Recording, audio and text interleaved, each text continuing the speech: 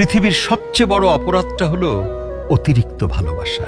এই অপরাধের শাস্তি কোনো আদালত দেয় না, দেয় আপনার সবচেয়ে প্রিয় মানুষটাই।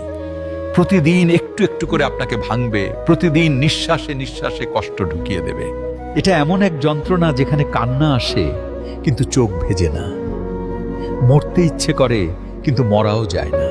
কারণ শরীরটা বেঁচে থাকে, শুধু আত্মাটা প্রতিদিন একটু একটু করে কবর হয়ে যায়।